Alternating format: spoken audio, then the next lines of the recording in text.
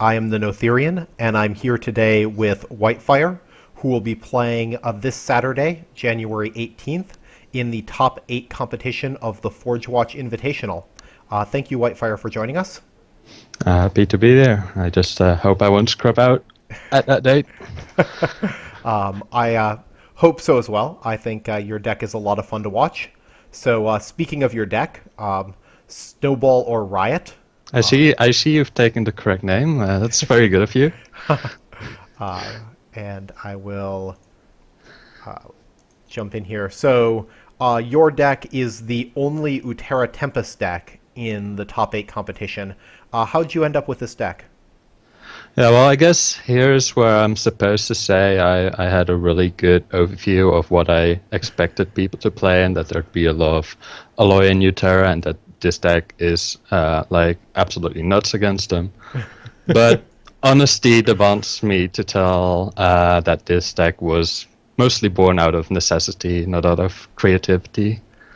Basically, any other deck that was remotely competitive, I just couldn't build, so I had to make do with what I got. And I started out with just one Thundersaw, and I tried out a lot of mono Utera, more with Spring Riots and stuff, but it just fell over as soon as the opponent got something snowballing, like either a Leafkin Progenitor, which was played a lot in the constructed queues, or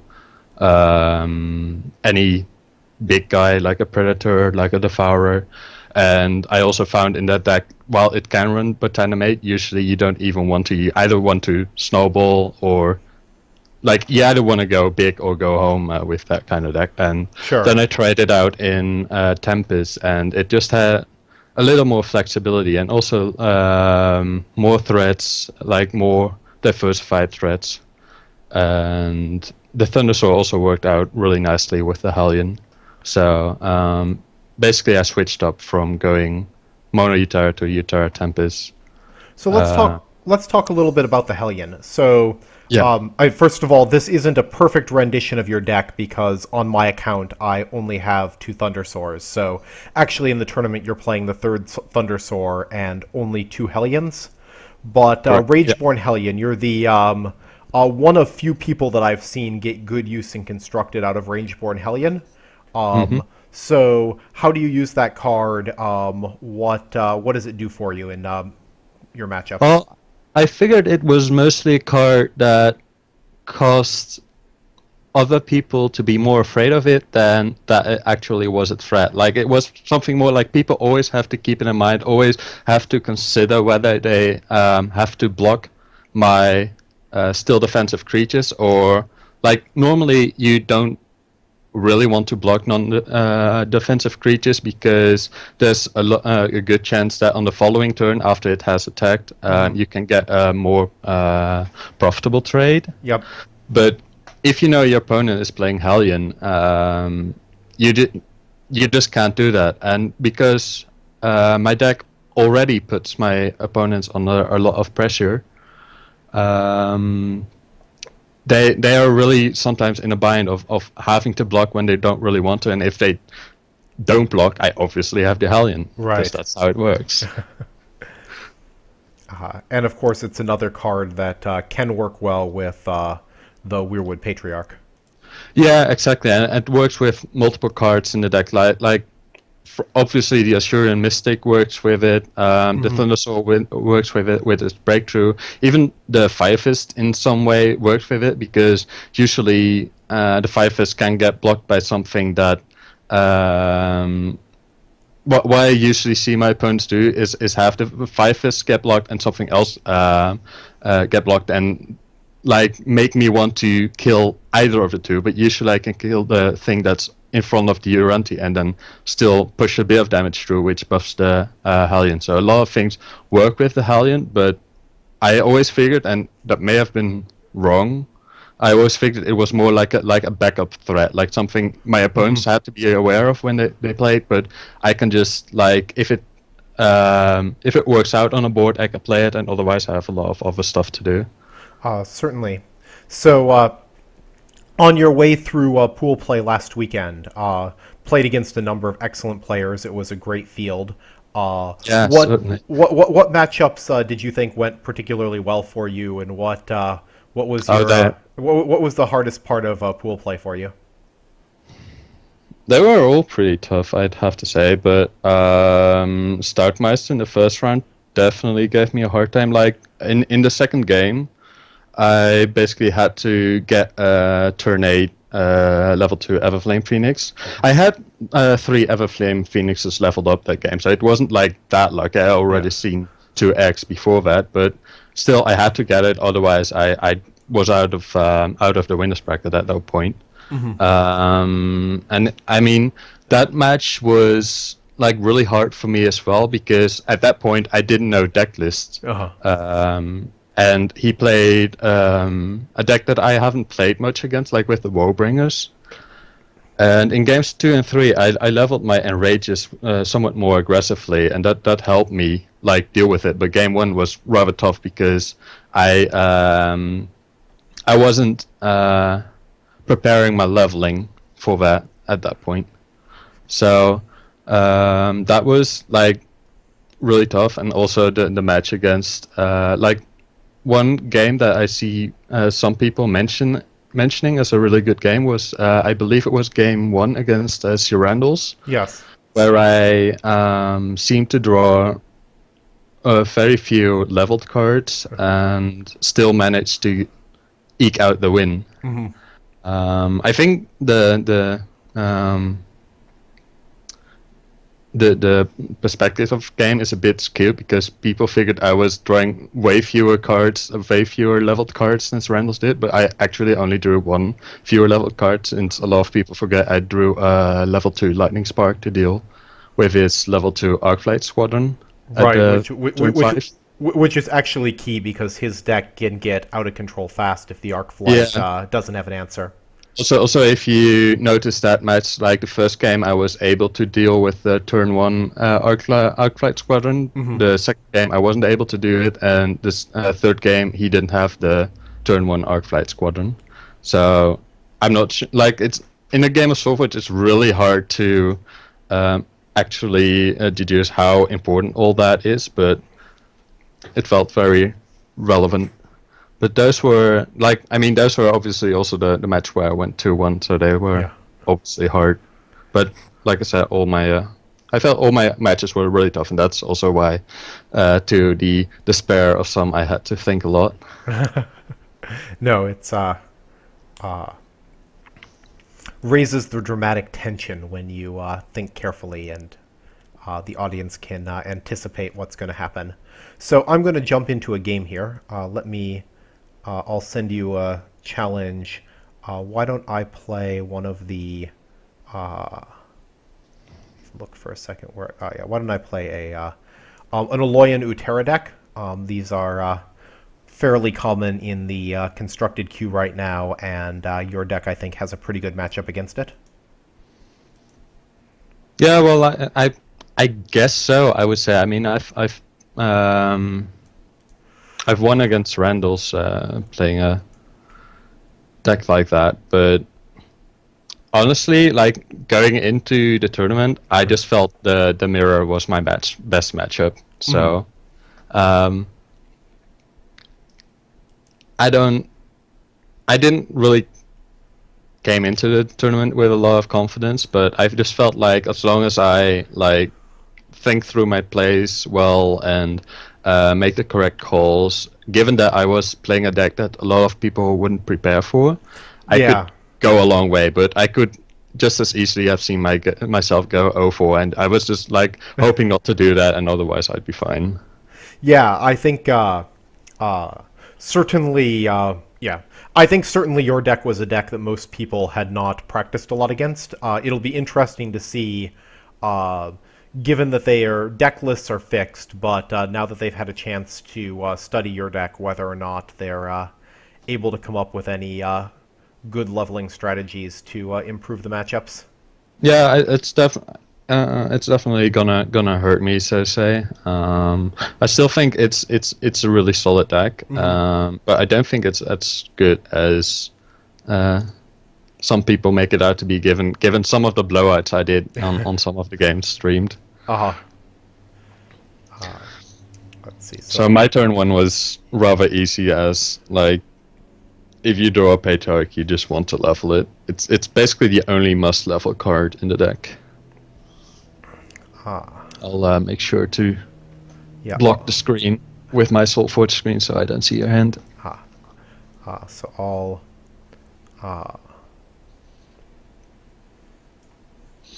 That's also a card I didn't really expect, by the way, the Warwalker. But like I said, I didn't really test that much. I again, I have to be honest there and say I wasn't really enjoying SolForge that much the past few weeks. Okay. So that's also why I didn't like grind out my ass every day to get all the legendaries. In the end, I looked out with getting my Thunder Swords. It was just one day where I got both of them. Oh wow! Yeah, that's that was really nice. Yeah, I bet a number of people watching would hope that they can get one of those days in the queues to yield 2 Thunder Swords. Yeah.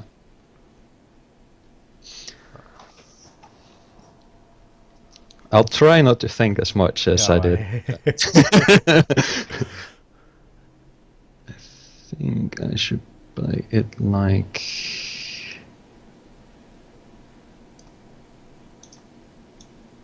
Okay.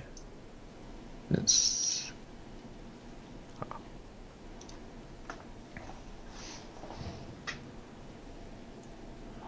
do that, and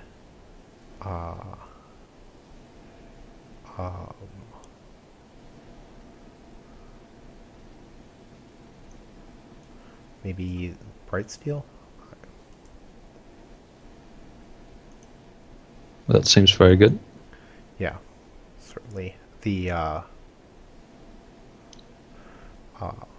mean the 8 health is certainly certainly challenging in player level 1. I can actually deal with it, but I just have to see whether it's the correct play here. Figure it has to be, though.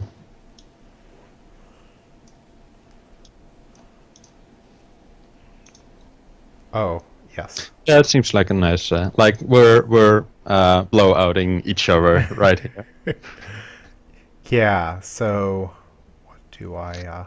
You actually had what is, I believe, called the Senior Blowout. Yeah. So I can't beat that. Yeah, Bright Steel Sentinel leads to some great great reversals on the board.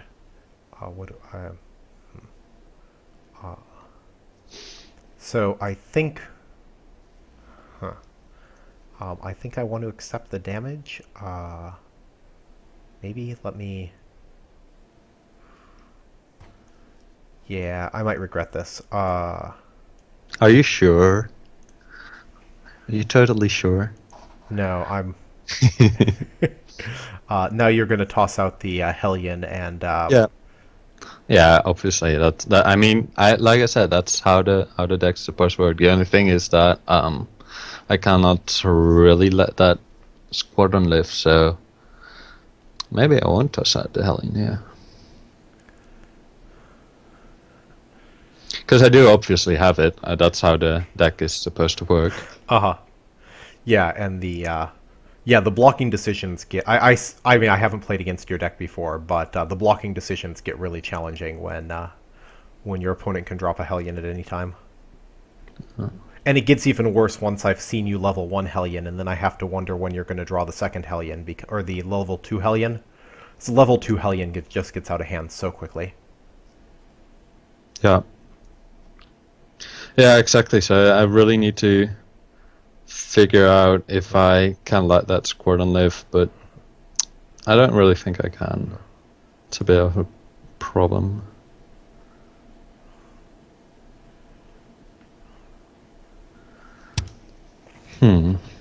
So in your deck, you're not playing a whole lot of removal.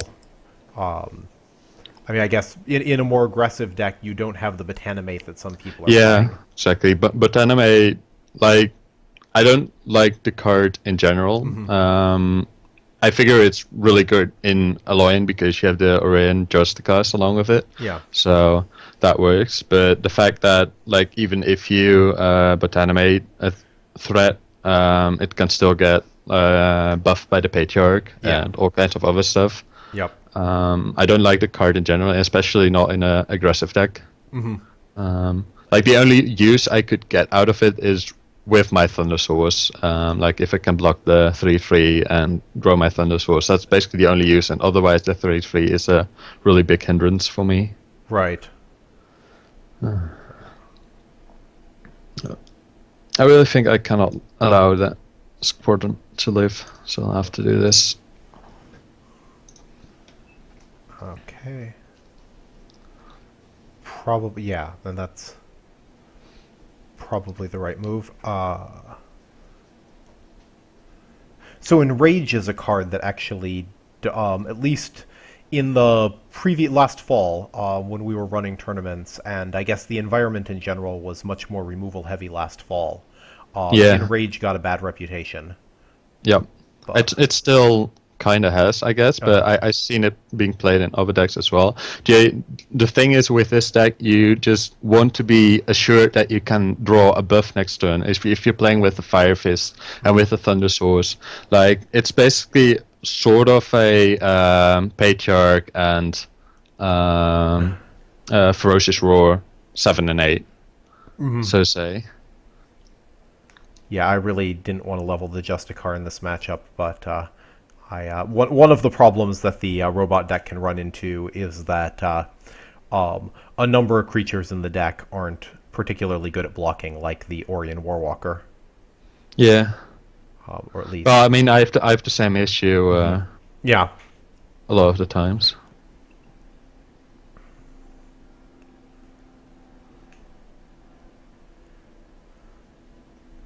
And my plays aren't really good here, so I think you have a really good shot at this game.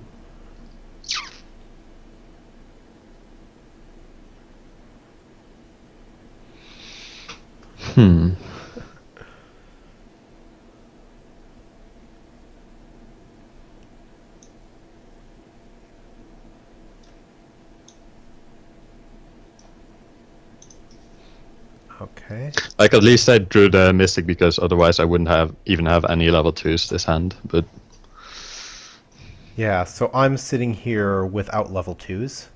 okay, that's Yeah, so that lucky that break for me. Especially given that since you went second, you have one more leveled card in your deck. So I... That was probably the one card you would have leveled with the Arcflight Squadron otherwise. Yes. Oh, yeah. So the right. Yeah. So I've got I've got 2 Matrix Wardens in my hand, and Matrix Warden was certainly the extra card I would have thrown out with an Arc Flight. Yeah. So I guess.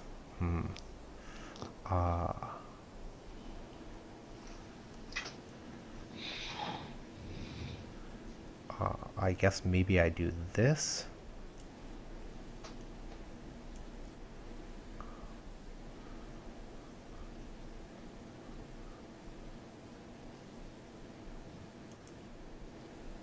Yeah, buff the Tonator seems good. Yeah, but yeah, I'm not saying that. I mean, I am gonna have a good turn right now, but I have to see how exactly.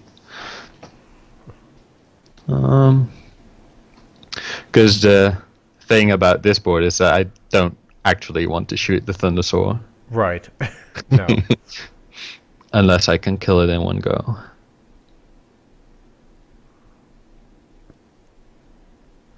So I have to do some math here. Because I actually have like I have a Enrage 2 and a Ferocious Roar 2 in my hand and a Patriarch.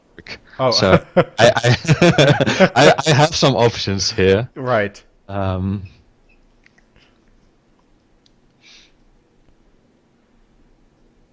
So basically, if I roar on Patriarch, I can shoot for 6. which is not nearly enough to kill the Thundersaur, and I could Enrage. Like, the maximum I could do with Enrage and Roar would be 10 damage. Wait, I don't think that's good enough as well. wait, so Patriarch 1 or Patriarch 2? Patriarch 1. Okay. Like, if it was a Patriarch 2, it would have been like just Yeah. a choice between first of the Enrage. Right. Let's see, this would make it a 7, 8, then a 10, 12, and you, let's see.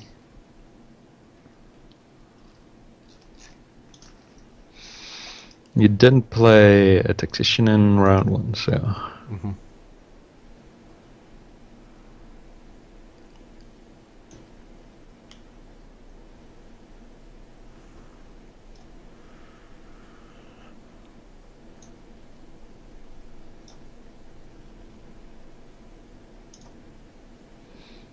Let's see, can I take that damage here? It would be 16 damage next turn, but I may be able to kill it then. No, I'll keep it like this. I'll just ignore that Thundersaur.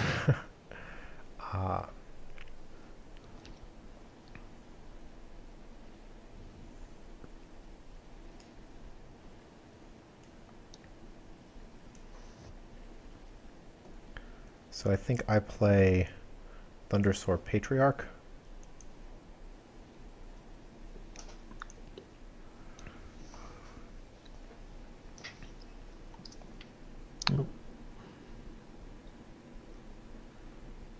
Although that leaves me with exactly a 9 health Thundersaur.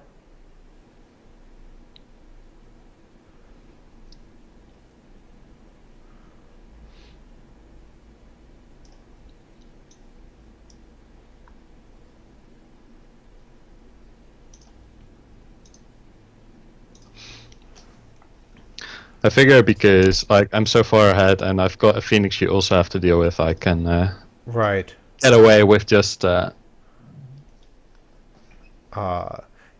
and I have no answer for the Phoenix. Yeah, that's going to be bad. Yeah,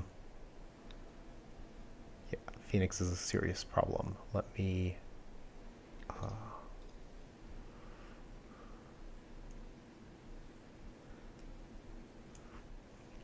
I can do this.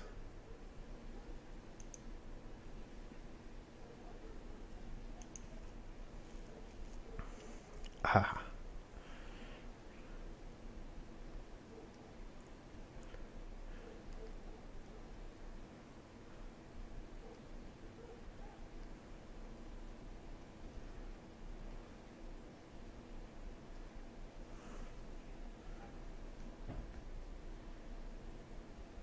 Yeah, actually, I don't have many good options here. I basically have 2 Etherhounds, 1 level 1, level 2, 2 Rageborn Hellions, and an Echoist. Oh, It's not spectacular. I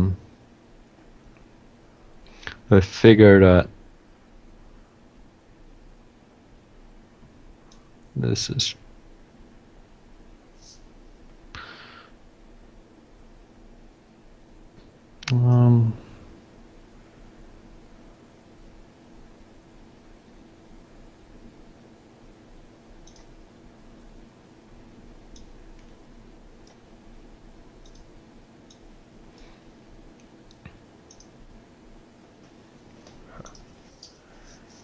Yeah, so... almost. Yeah, obviously my problem here is that I'm dead to the Phoenix and you've got 3 lanes that you can... yeah, the Phoenix can threaten me in 3 lanes. Yeah. So I...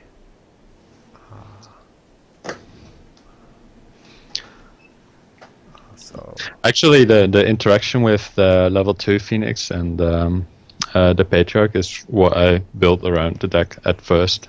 Just the fact that even if you, like against Aloy and Utera, even if you draw the Phoenix in turn 6, you can still make it survive until turn 8. Yeah, it can be quite hard to get rid of the Phoenix once it gets some health. Yeah, exactly. And usually it's just basically for free if you actually have something on the board as well that gets buffed by the patriarch. Right.